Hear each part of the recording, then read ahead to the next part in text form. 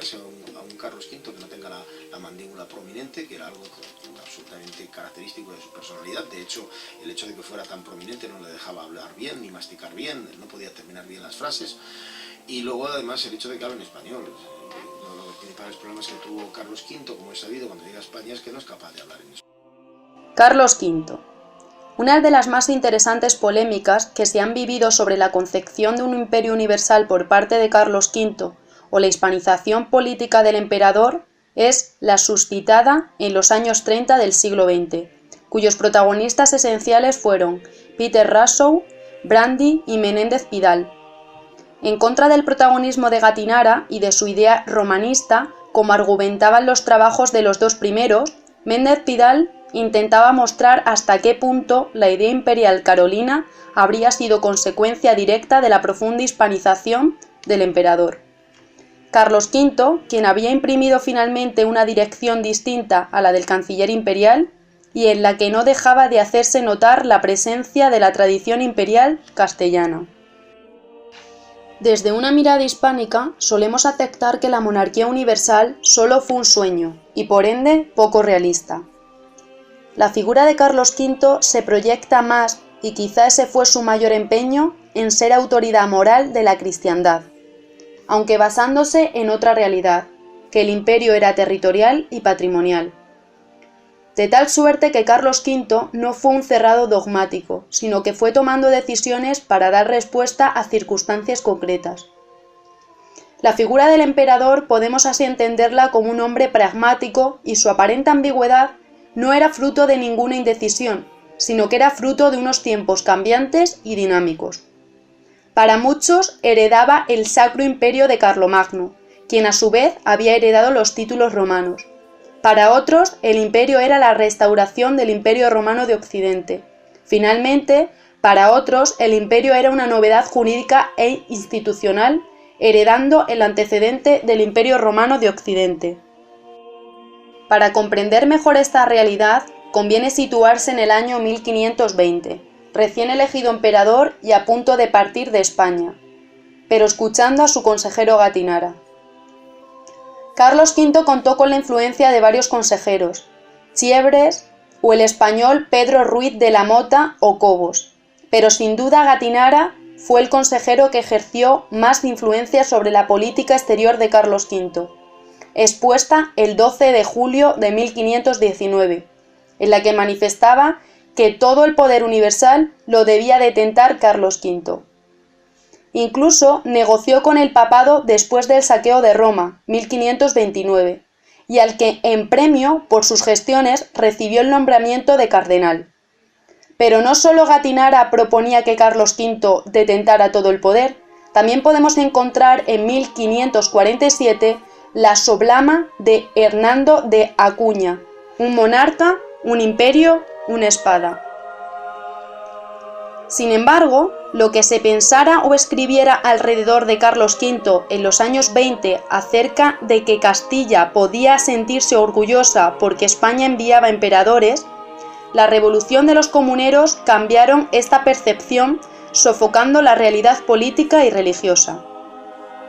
Además, los nuevos reyes del Renacimiento no aceptaron sumisamente su papel frente al emperador. Esta fragmentación nos lleva a señalar que Carlos V hubo de reinar en unos tiempos contrarios a los suyos y a los de sus ideales. Desde luego, no sin esfuerzo, lo que le obligó a abdicar en su hijo Felipe II, y con esta abdicación se desvaneció la idea imperialista. Resulta extraño pensar que a principios del siglo XVI Carlos V creyese que los monarcas cristianos se iban a plegar a sus deseos, ya que debió aprender muy pronto que la realidad de sus estados hispánicos era muy similar al del resto del imperio, realidad fragmentaria y diversa.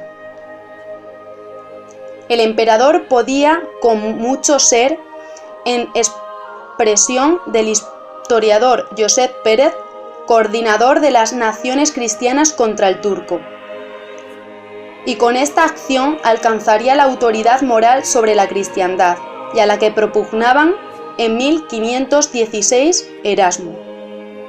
Cristiandad basada más que en una realidad institucional política, en un área cultural o una civilización. Esta formulación teórica sobre la idea imperial a la altura de 1530 se convierte en papel mojado, y el suceso del Sacro de Roma de 1527 marcaría el momento en que entra en escena los erasmistas. Que al venir a reinar aquí trae una estética que no es de aquí y que ya no es medieval, y eso se nota. Ya había empezado un poquito antes, pero ya la impone incluso al traer la corte de fuera. Tanto la vestimenta como el comportamiento tenía muchísima importancia, lo que ya no era simplemente de Castilla, y este cambio va a afectar a toda la corte, puesto que a la corte le gustaba aproximarse al rey, también en lo estético.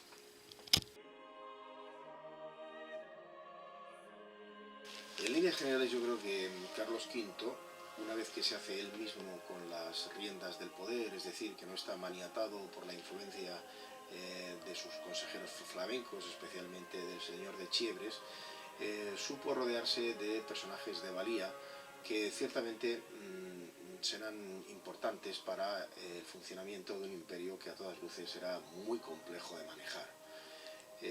Francisco de los Cobos se reveló como un gran administrador que, si bien creó su propia clientela y a partir de ahí cada vez tuvo más poder en la corte, no por ello deja de ser cierto que fue un administrador honrado, que era ya decir mucho en la época y también ahora, y que por tanto su labor se puede considerar como positiva. También tuvo otros grandes colaboradores como Engatinara al principio de su reinado, que tenía una idea de lo que debía ser el emperador, más expansiva en cuanto a su poder por Europa, la llamada monarquía universal, y luego más adelante los Granvela, Nicolás Granvela y su hijo Antonio Granvela, que eran pues las personas que había en Europa que más sabían de política internacional, sobre todo en lo que se refiere al norte de Europa. También el cardenal Tavera y el obispo Fonseca también fueron importantes colaboradores del monarca a lo largo de muchos aspectos de su reinado. Erasmismo, elegancia imperial y reforma. Se concibe el sacro no como un sacrilegio, sino como la oportunidad única para lograr la reforma de la Iglesia. El libro El diálogo de Mercurio y Carón de Valdés, entre un arcediano, modelo de sacerdote corrupto y testigo de lo ocurrido en Roma y Lactancio, que representa al propio autor, describe esta intervención. Para estos escritos se usaron documentos de la Cancillería Imperial, y son mucho más que simples ejercicios de retórica humanística, son por el contrario una pieza esencial de nuestro pensamiento político, que rompe con la idea de un imperio clásico medieval y se desvela como una institución contemporáneamente justificada para realizar una misión peculiar en su tiempo. No puede decirse que la política imperial se apartó de España. Estos diálogos fueron un claro medio propagandístico. El eramismo daba la base ideológica necesaria y con esta elegía imperial las resistencias de la comunidad en España se difundieron. Este buen hacer de Carlos V en su hispanización logró la aceptación de la dinastía como algo propio. Entre el poder del Papa, que está corrompido, y el del emperador, los erasmistas españoles, al igual que en el resto de Europa, se decantan por Carlos V. El continuo apoyo de competentes humanistas en lo que se refiere a la política contribuyó a que en el año 1525 marcase el triunfo del Estado en los asuntos de las nuevas iglesias. En España existía una enorme influencia y sus intelectuales acogieron con fervor las doctrinas erasmistas, representadas en la corte de Carlos V. Ya el propio Erasmo, en 1516, pone de manifiesto que el buen príncipe era el que se ajustaba a unos códigos morales de justicia, rectitud e iremismo. Nunca un tirano. manifestación que iría modificando según avanzan los turcos. El propio Gattinara encargó a Erasmo en 1527 que preparara una edición de la Monarquía de Dante. Se dice que gran número de enemigos se han conjurado contra Carlos, pero eso es el destino de Carlos, no poder vencer sino enemigos en gran número para que su victoria sea más sonada. Son, en realidad, decretos de Dios para hacer ver a los hombres qué débiles son nuestras fuerzas contra su poder. Con ese espíritu humanístico, Carlos V tenía buenas razones para pensar que, con un poco de coacción, podría llegar a imponer una política reconciliadora porque, a pesar de la protesta de Espira, el cisma no parecía aún tan irreparable. El error de Carlos radica en que había subestimado las convicciones religiosas que habían alentado la rebelión. Como tantos otros han hecho desde entonces, suponía que las ambiciones políticas y económicas, más bien que los problemas de la fe, eran el principal móvil de los príncipes disidentes. Pronto se daría cuenta el emperador de que esta opinión era simplista.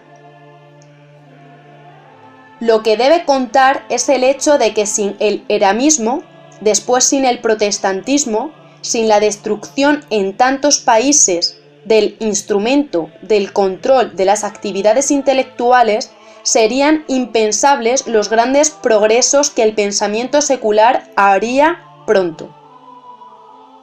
Aunque cuando la Reforma partía de supuestos y actitudes divergentes, la revolución científica y la liberación de la religión del control político deben mucho a este movimiento. Lo esencial de la Reforma y lo que la hizo enormemente atractiva no fue su ataque contra los abusos, sino su reinterpretación positiva y necesariamente revolucionaria de la religión cristiana. Carlos y Francia. Carlos V ¿encarnaba en esta escena al defensor de Europa o al defensor de una herencia patrimonial cristiana? Estamos en el año 1528, mes de marzo, y los pactos de Madrid, tras la batalla de Pavia, saltaban por los aires. Se ha reactivado la guerra y Francisco I vuelve a ser derrotado en Landriano. Entonces el emperador da un discurso memorable ante el embajador francés.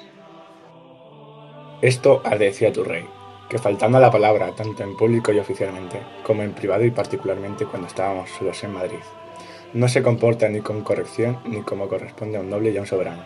Y si él lo niega, le hago saber que estoy dispuesto a aclarar con él la verdad por las armas y dirimir la controversia en un duelo personal. Esta falta de palabra, que nos hace dudar si nos encontramos ante un hecho histórico o una novela de caballerías, se dirime un reto. Francisco recrimina a Carlos V que esté echando por tierra su reputación y que no vale nada la palabra dada en cautiverio. Carlos V manda a su emisario al rey francés para fijar el día y el lugar del reto, entre Hendaya y Fuenterrabía, pero Francisco I no logró oír el desafío final y el reto no se produjo.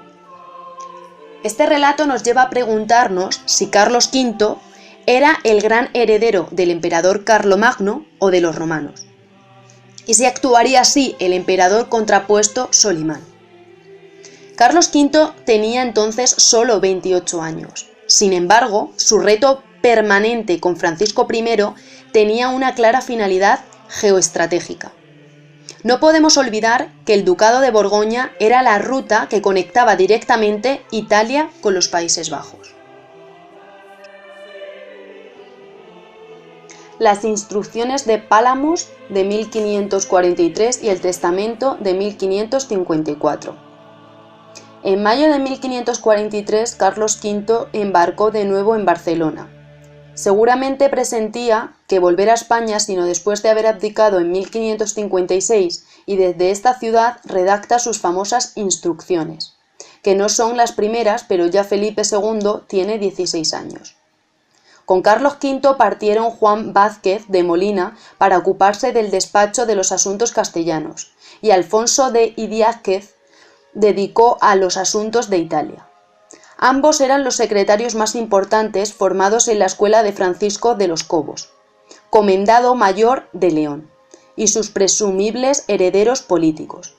Sin embargo, ambos secretarios carecían de iniciativa y por un lado debían obedecer las directrices de Cobo, y por otro estaban sujetos a las influencias de Nicolás de Gran Vela y de Juan Rodríguez Figueroa, único consejero de las cámaras de Castilla que partía junto al emperador. En ellas no se habla de Europa, se habla de sus reinos, no de España, sino de sus territorios agregados y de las instituciones de cada uno de ellos. Las instrucciones son 3, las primeras genéricas, las segundas íntimas, las terceras secretas. Las genéricas tratan sobre el gobierno del reino y los asuntos públicos. Hijo, pues ya mi partida de estos reinos se va llegando, y cada día veo cuán forzosa es, y que solo este remedio tengo para probar qué tal le podré dar en los cargos que Dios me ha dado. ¿Y para qué? Pues tanto contra mi voluntad, y forzosamente he empeñado y empobrecido Hacienda que os tenga de dejar, que por mi culpa y por dejar de hacer lo que debía y podía, no dejase menos herencia que de mis padres heredé. He determinado de ejecutarlo, como en Madrid, os lo dije y a los de mi consejo, y de dejaros, como es razón durante mi ausencia, en mi lugar, para que gobernéis estos reinos, y no embargante de vuestra edad, es poca para tan gran cargo. Todavía se han visto algunos de no mayor edad, que por su ánimo, virtud y buena determinación se han mostrado tales que sus obras han sobrepasado su poca edad y experiencia. Y así, hijo, es necesario que os esforcéis y os encomendéis a Dios para que Él os favorezca, de manera que le podáis servir en ello y juntamente ganar honra y fama perpetua. Y a mi vejez me deis tal reposo y consentimiento que yo tenga muy mucha causa de dar gracias a Dios de haberme hecho padre de tal hijo. Las íntimas hacen alusión a la defensa de la paz. Hijo, habéis de ser muy justiciero y mandad siempre a todos los oficiales de ella que la hagan recta, y que no se muevan ni por afición ni por pasión, ni sean corruptibles por dádivas ni por ninguna otra cosa. Ni permitáis que en ninguna manera del mundo ellos tomen nada, y al que otra cosa hiciere, mandaros castigar. Y nunca conozcan los ministros de ella, que por amor, afición, enojo o pasión os movéis ni mandéis cosa que no sea contra ella. Y si sentís algún enojo o afición en vos, nunca con ese mandéis ejecutar justicia, principalmente que fuese criminal. Aunque esta virtud de justicia es la que nos sostiene a todos, causando a nuestro Señor que tanta misericordia usa con nosotros, usad de ella y mezclad estas dos virtudes, de suerte que la una no borre la otra, pues de cualquiera de ellas que se usase demasiadamente sería servicio y no virtud. Y por último, las secretas atañen a las líneas maestras de la política exterior. Habéis, hijo, de encargar mucho a vuestros oficiales y a los de vuestra mujer, que haya gran conformidad entre ellos, y en gran manera debéis de mandar que lo que vos y ellos por vuestro mandato ordenaren, a lo que el marido ha de mandar a la mujer, y a los suyos seáis y ellos obedecidos. En lo que tocare al servicio, buena orden y encarcelamiento de la casa, habéis de dar todo a favor y calor a sus oficiales, para que hayan todo lo que para ello fuere necesario, y en eso tener mucho a la mano, y mandarles que no hagan otra cosa, y para este efecto no conveniente dar mucho crédito, ni entrada ni mensajería a los locos. Este documento y otros son importantes, pero el testamento es, nuevamente, un texto patrimonial, no una proclama europeísta. En 1554, además de abdicar en su hijo Felipe para que se casara en Westminster la reina de Inglaterra y el rey de Nápoles, en 1554 concede poderes a Fernando para que resuelva la cuestión religiosa de Alemania. En el testamento a su hijo no hace mención a las Indias, pese a que durante su reinado se produjo el fabuloso acontecimiento de la circunnavegación del globo por Magallanes y Elcano. La religión. El imperio de Carlos V estaba formando una nueva realidad social que se manifestaría en la época en la que reinó Carlos V. Hubo un hecho relevante y no es otro que la revolución religiosa, cuya verdadera naturaleza no es fácil de comprender. El principal motivo no fue la denuncia de los abusos del clero y del laicado, ya que estos también siguieron perturbando a los miembros más sinceros y devotos de la Iglesia protestante.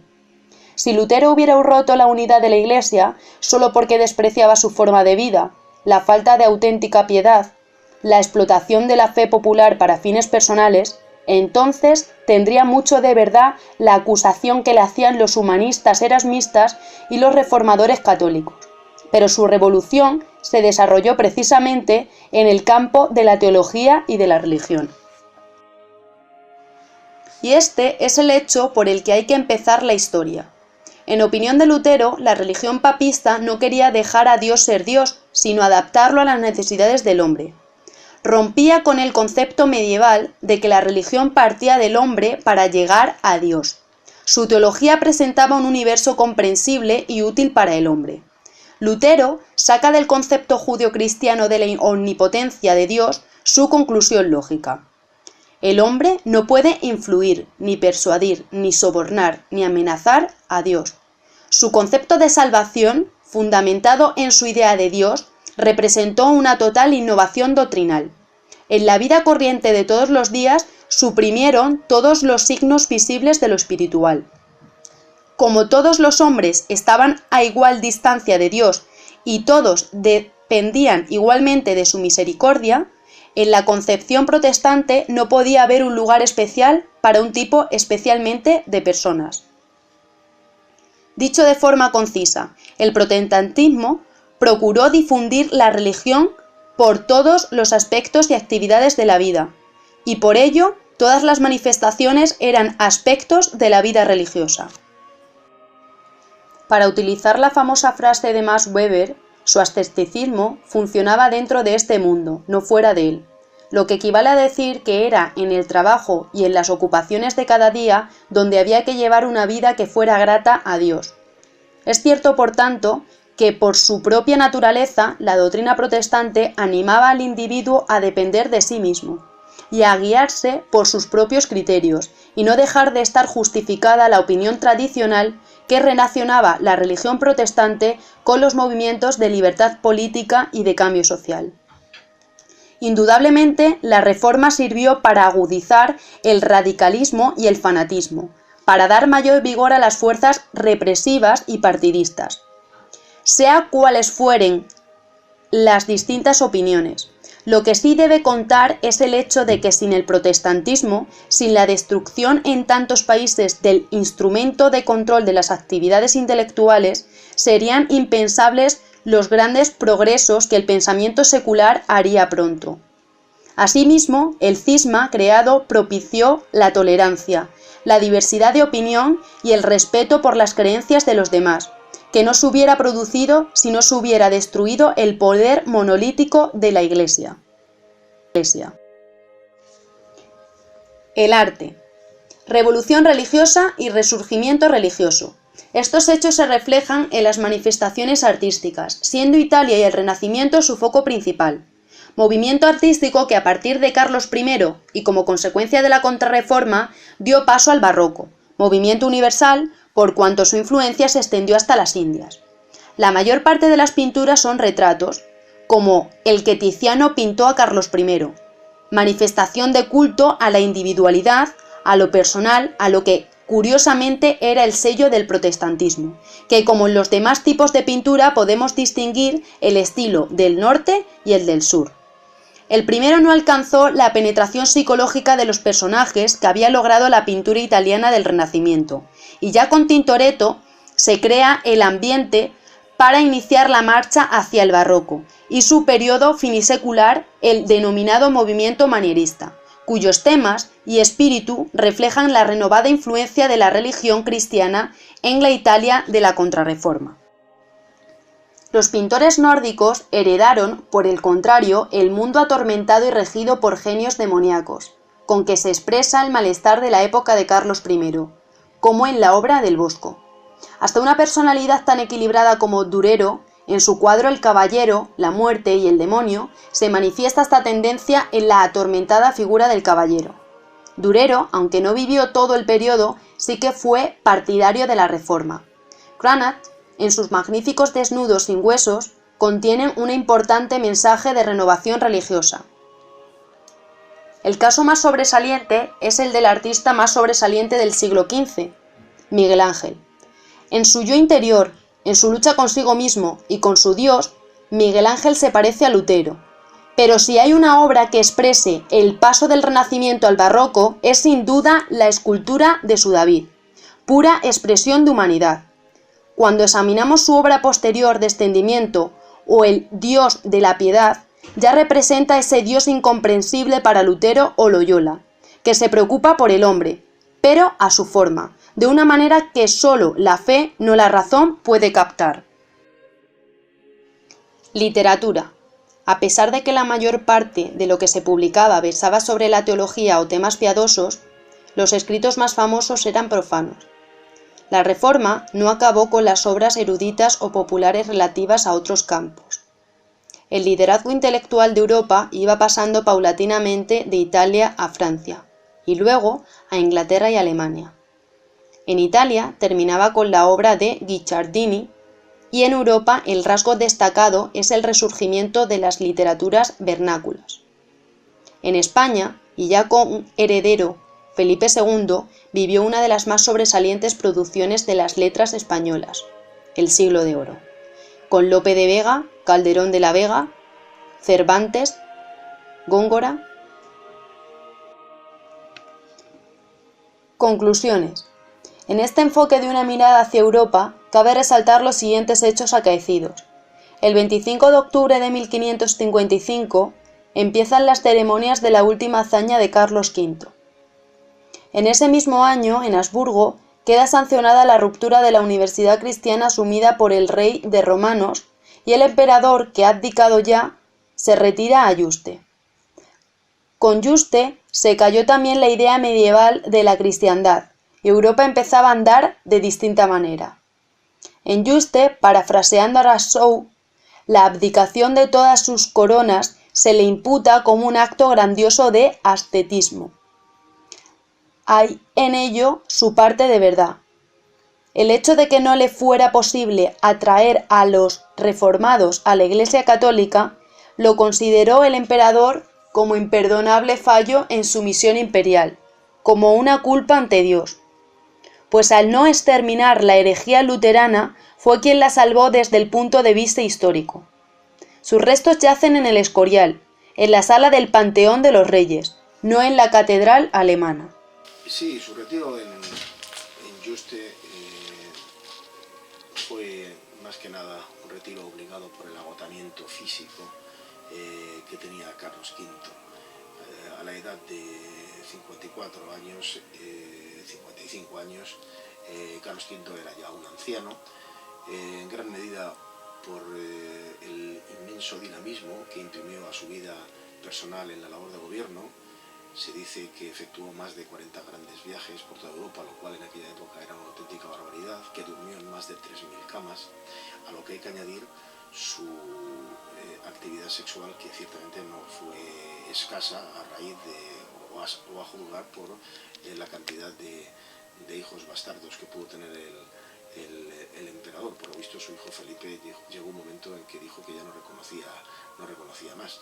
Pero en fin, bromas aparte, por todos los problemas que tuvo a lo largo de su reinado, por sobre todo no haber sabido encauzar la cuestión religiosa a la altura de los años 54 o 55 como él pretendía, por las grandes dificultades financieras, con una hacienda real que estaba absolutamente empeñada y que no veía solución para ello, pues Carlos V se mostró incapaz, ¿no?, de seguir con las riendas del gobierno, y se lo transmitió a su hijo Felipe.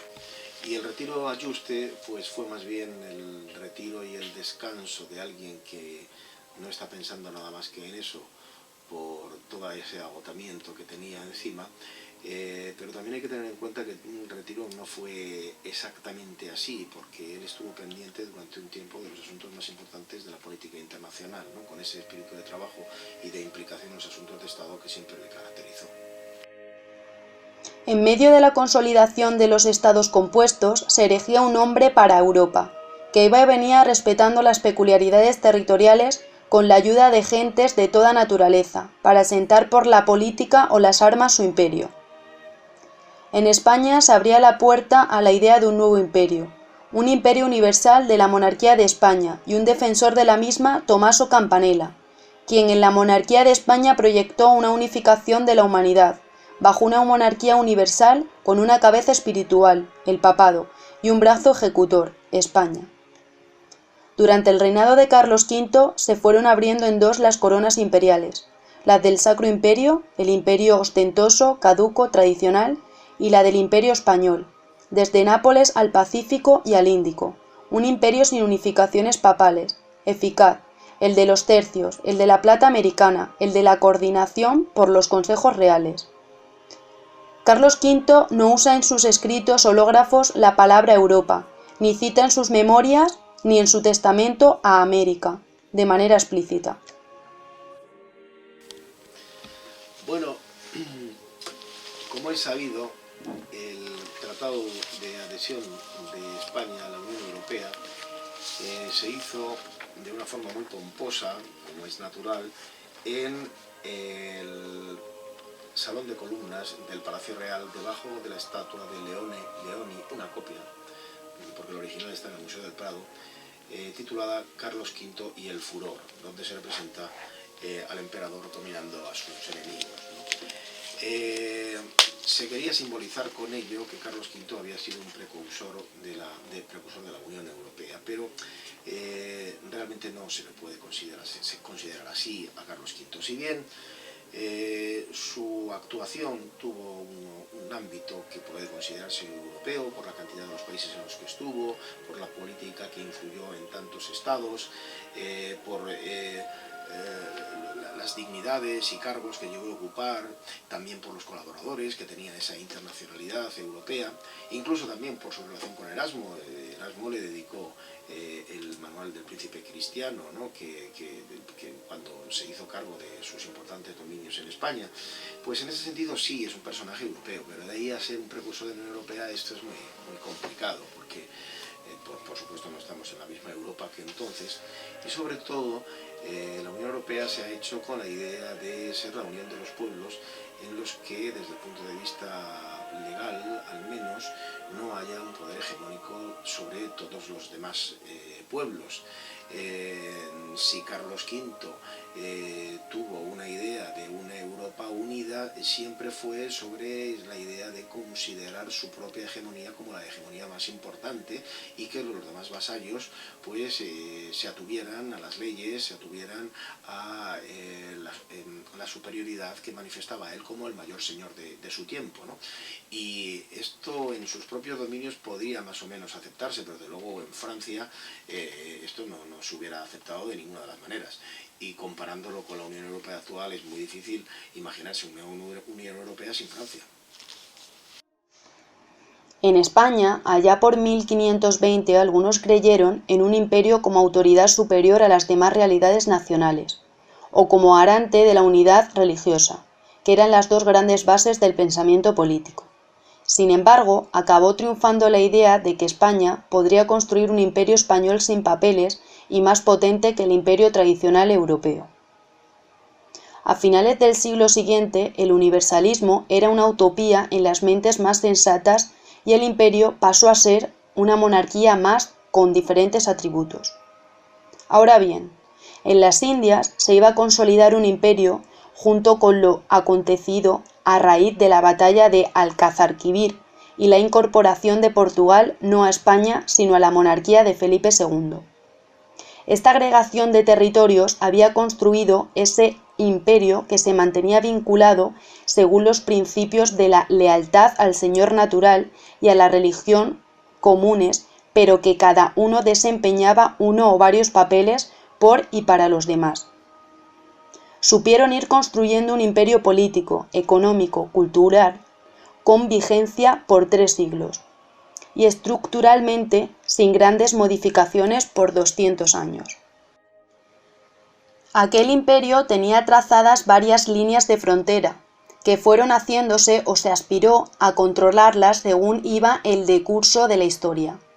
Así, por ejemplo, si súbditos de la Corona de Aragón habían puesto sus reales en Baleares, Cerdeña, Sicilia y Nápoles, fueron las necesidades de este imperio las que forzaron a que se tendiera a una castellanización sin estridencias y al trazado de una frontera que fijara el extremo meridional en Túnez, 1535, y que desde esa línea ficticia hacia Occidente sería cristiano-hispánico. El fiasco en Argel en 1541 fue la única herida que se quedó abierta. Al norte, Génova y Milán, dos bastiones absolutamente imprescindibles. De ahí la alegría del traspaso de las galeras de Andrea Doria a Carlos V en 1527, y con ellas la estructura financiera de la ciudad, un sólido sistema bancario que acabaría por desplazar al de los alemanes de la monarquía católica.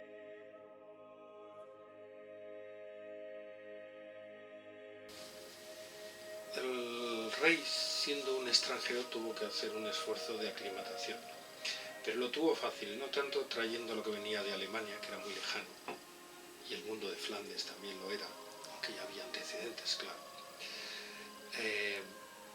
sino sobre todo porque trajo Italia.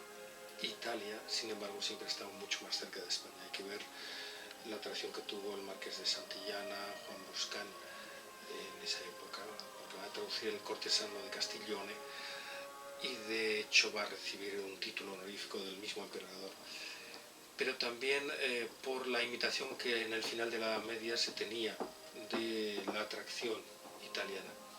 En ese sentido, lo que hizo fue traerse a Tiziano, traerse a Leon Leoni y traerse un modelo que aquí era fácilmente digerible en el caso de las artes.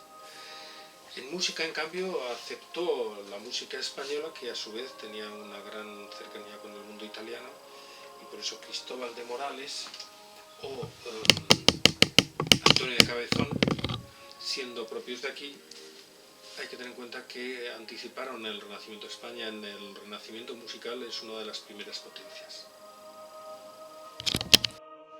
A mediados del siglo XVI, casi todo el Mediterráneo occidental era un mar hispánico. Las plazas del norte de África cerraban permanentemente todo intento de destrucción de España.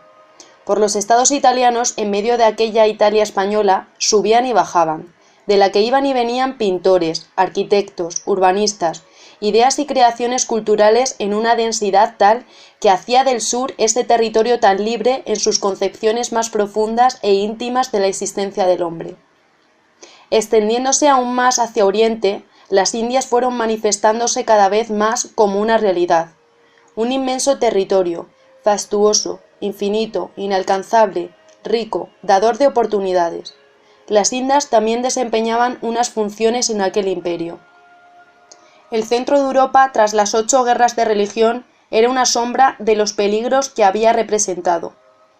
El punto disfuncional lo puso Flandes, en donde concurrieron muchas circunstancias aciegas. La extensión de la herejía, la no renuncia a los estados monárquicos señoriales, por cuna, y el posterior abandono del señor natural de aquellos territorios que los herejes no aceptaron ni comprendieron. La ruptura del pacto monarquía-oligarquía, todo ello marcó indefectiblemente la historia de aquel imperio.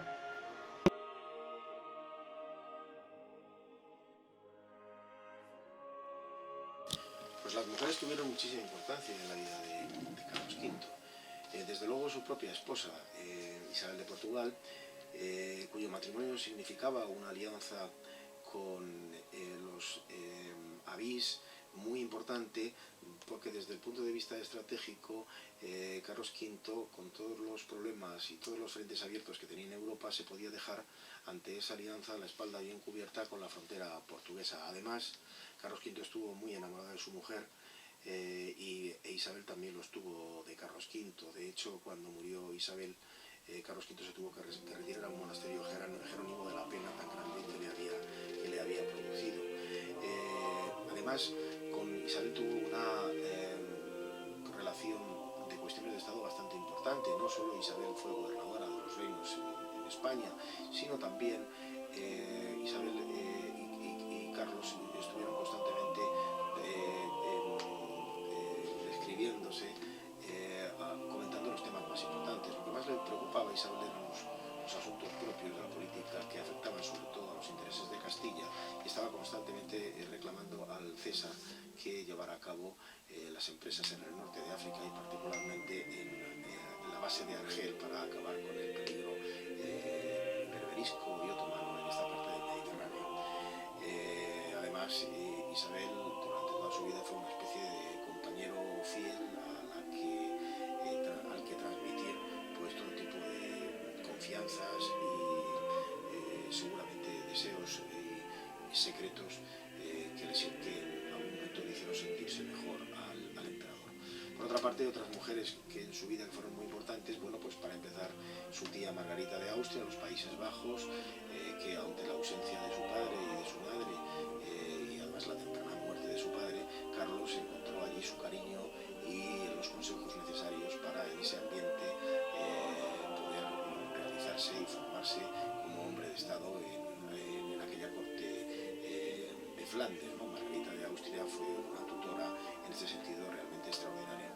Y luego también María de Hungría, que la hermana que se había casado con el rey Luis de Hungría, que murió a los 20 años en la batalla de Moax, fue, según algunos autores, una de las cabezas más inteligentes, sino la que más de los austrias, que intervino, parece ser, en el conflicto y la tensión entre los hermanos por la pugna por la sucesión imperial, pues también fue muy importante. También tuvo algunos momentos del gobierno importantes en los Países Bajos y contribuyó decisivamente como colaboradora del emperador.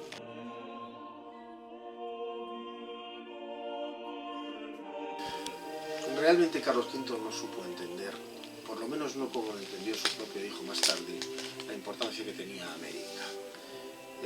Como es natural, no le hacía ascos a las noticias que le llegaban de conquista de esos territorios y sobre todo de metal precioso que venía de allí, que consideró un instrumento muy importante para lo que él consideraba fundamental, que era la política europea. El título imperial y los planteamientos suyos en lo que se refiere a su poder y su dinastía en Europa, para él fue lo más importante. No vio en América nada más que un medio para conseguir ese fin. América influyó de una forma muy importante en el reinado de Carlos V. Evidentemente, muchas de las empresas que llevó a cabo el emperador no se hubieran podido hacer sin el dinero que había venido de América. Concretamente, la conquista de Túnez en 1535 se llevó a cabo precisamente porque había una buena coyuntura del metal precioso que había llegado en aquellos momentos. De todas formas, en líneas generales, no se puede decir que la política de Carlos V en Europa se debiera estrictamente y solamente al dinero que venía de las Indias. Se ha demostrado últimamente que, si bien este era importante, no era lo más importante, que recaía sobre los impuestos que Carlos V pudo recabar en Castilla, que era el alma de sus dominios en ese sentido.